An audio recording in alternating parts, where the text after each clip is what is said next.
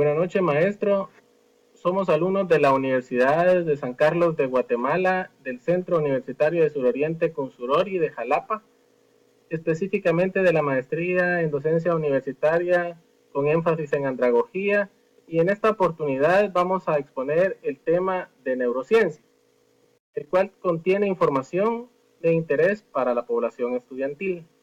Los temas serán desarrollados por los compañeros Efraín Alay, Sergio Méndez, Leonel Salas, José Ortega y Aníbal Méndez. Neurociencia es el estudio de cómo se desarrolla el sistema nervioso, su estructura y lo que lo hace. Los neurocientíficos se centran en el cerebro y su impacto en el comportamiento y las funciones cognitivas del pensamiento, pero también investigan qué sucede con el sistema nervioso cuando las personas tienen trastornos neurológicos, psiquiátricos o del neurodesarrollo. La neurociencia ha sido tradicionalmente clasificada como una subdivisión de la biología, pero en realidad se trata de una ciencia interdisciplinaria relacionada estrechamente con otras disciplinas, como las matemáticas, la lingüística, la ingeniería, la informática, la química, la filosofía, la psicología o la medicina.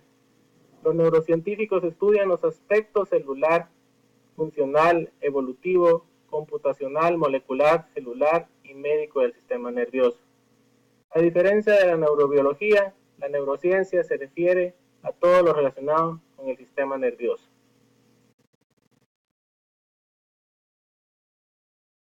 Las ramas de la neurociencia se encuentra la neurociencia afectiva. En la mayoría de los casos, la investigación se lleva a cabo en animales de laboratorio y analizar cómo se comportan las neuronas en relación con las emociones. La neurociencia afectiva es el estudio de mecanismos neurológicos de las emociones. Este campo interdisciplinario combina la neurociencia con el estudio psicológico de la personalidad, de las emociones y del estado de ánimo. Gracias a la neurociencia afectiva, sabemos hasta qué punto la emoción modifica nuestro proceso neural. Sabemos, por ejemplo, que los estímulos con contenido emocional capturan nuestra atención con más eficacia que los emocionales. La razón de ser de este fenómeno es muy simple: fomentar nuestra supervivencia. Nos encontramos en un mundo saturado de información sensorial que bombardea nuestro cerebro constantemente. Sin embargo, nuestros recursos de procesamiento son limitados. Por esta razón, nuestro cerebro hace de filtro que decide por nosotros qué es importante y qué no lo es. Y este filtro tiene una eficacia, pues es capaz de actuar en pocas decenas de milisegundos.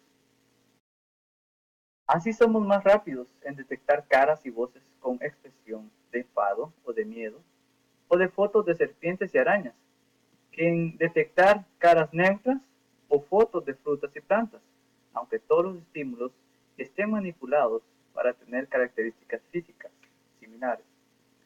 Hemos visto cómo la emoción mejora la atención y amplifica las respuestas sensoriales en el cerebro. Sin embargo, que nuestros sistemas sensoriales respondan más a los estímulos no es suficiente para que seamos conscientes de ellos.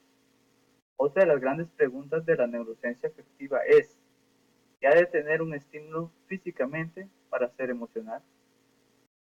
Pero es difícil encontrar una respuesta universal a ello, salvo algunos estímulos por los que nuestros cerebros están especialmente programados para responder, como caras, voces.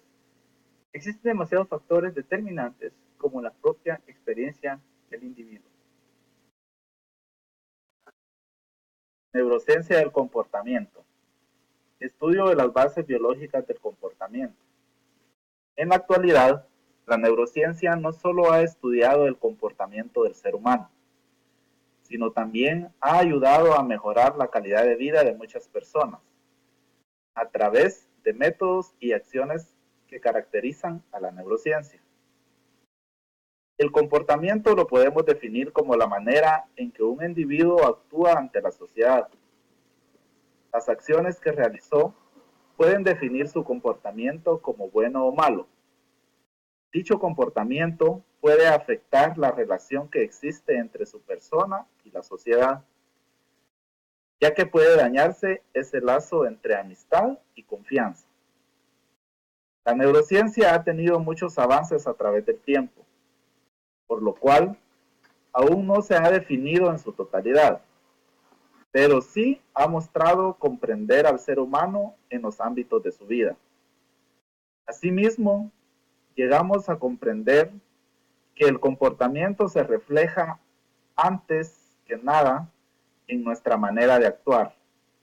La neurociencia nos controla de una manera mental, lo cual es de suma importancia para el ser humano, y no nos damos cuenta de lo que es y cómo sucede. Entonces, al hablar de las neurociencias y el comportamiento, nos estamos refiriendo, o es más, el apego a cómo una persona adopta una forma de ser. Por parte del comportamiento, nos dice cómo esa persona y la neurociencia nos explican el por qué esa persona es así. Nos explica si en su cerebro, el cual inconsciente o conscientemente es el que actúa de tal manera. Y de acuerdo a lo establecido, podemos decir que profundizar sobre alguna de las ramas de las neurociencias nos dará un buen aprendizaje, para así conocer el por qué las personas actúan así como lo hacen. Una de las ramas, la neurociencia cognitiva, el estudio de las funciones cognitivas superiores que existen en los humanos y su base neural subyacente. Es un área académica que se ocupa del estudio científico de los mecanismos biológicos subyacentes de la cognición, con un enfoque específico en los sustratos neurales de los procesos mentales y sus manifestaciones conductuales. Se pregunta acerca de cómo las funciones psicológicas cognitivas son producidas por el circuito neural. La neurociencia cognitiva es una rama tanto de la psicología así como de la neurociencia, unificando e interconectando con varias subdisciplinas, tales como la psicología cognitiva, psicobiología y neurobiología. Antes del advenimiento de la tecnología de resonancia magnética funcional, esta rama de la ciencia era llamada psicobiología cognitiva. Los científicos que se dedicaban a esta área normalmente tienen estudios de base de psicología experimental y neurobiología, pero pueden provenir de varias disciplinas, tales como la psiquiatría, neurología física, matemática, lingüística y filosofía. Los métodos empleados en la neurociencia cognitiva incluyen paradigmas experimentales de psicofísica y de la psicobiología cognitiva, neuroimaginamiento funcional, genómica cognitiva, genética conductual, así como también estudios electrofisiológicos de sistemas neurales, estudios clínicos en psicobiología en pacientes con déficit cognitivos. Constituye un aspecto importante de la neurociencia cognitiva. Las principales aproximaciones teóricas son las neurociencias computacional y las más tradicionales y descriptivas, teorías psicocognitivas, como por ejemplo la psicometría. Neurociencia social. Un campo interdisciplinario dedicado a comprender cómo los sistemas biológicos implementan los procesos y el comportamiento social. Mediante conceptos y datos sociales refina las teorías del comportamiento social. La neurociencia social podría considerarse un dialecto fronterizo entre neurociencia y educación. Esto se debe a que no estudia el cerebro en un contexto cambiante, natural y compartido. La neurociencia social trata de comprender las bases neuronales de las interacciones como evento repleto de contenidos teóricos y prácticos.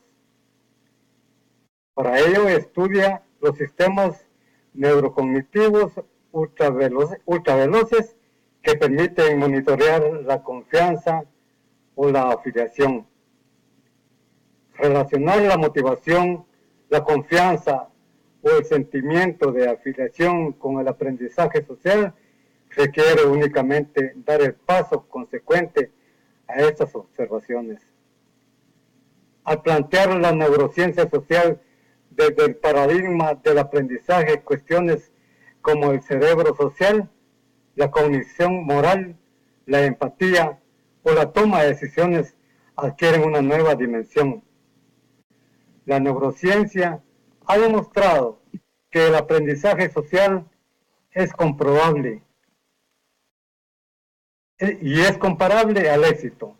Esto es así gracias a la percepción de recompensas prosociales.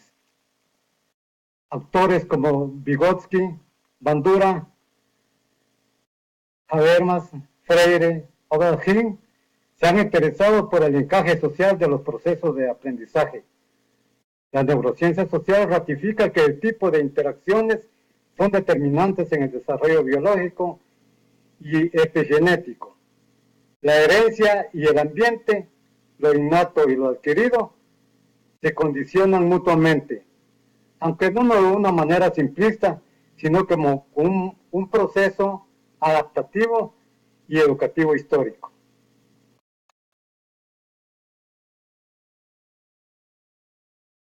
Esta fue toda nuestra presentación, Inducción a la Neurociencia.